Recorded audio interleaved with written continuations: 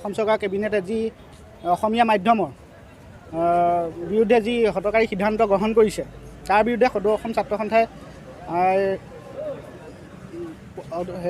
প্ৰতিবাদী কাৰ্যসূচী গ্ৰহণ কৰি আহিছে।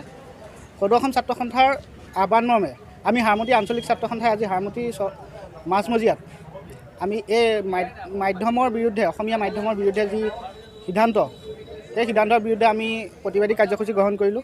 আমি ইয়াৰ পৰা অসম চৰকাৰক এটা কথাই জনাব বিচাৰোঁ যে তেখেতসকলৰ এই হঠকাৰী সিদ্ধান্তৰ বিৰুদ্ধে আমি সদায় প্ৰতিবাদ কৰি যাম।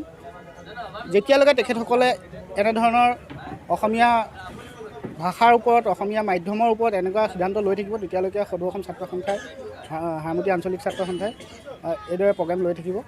গতিকে তেখেতসকলক অনতিপলমে এনে সিদ্ধান্ত পৰিহাৰ কৰিবৰ কাৰণে অনুৰোধ জনালোঁ। অন্যথা আগন্তুক দিনত ইয়াতকৈ জংগী আন্দোলন গঢ়ি তুলিবলৈ আমি বাধ্য থাকিম।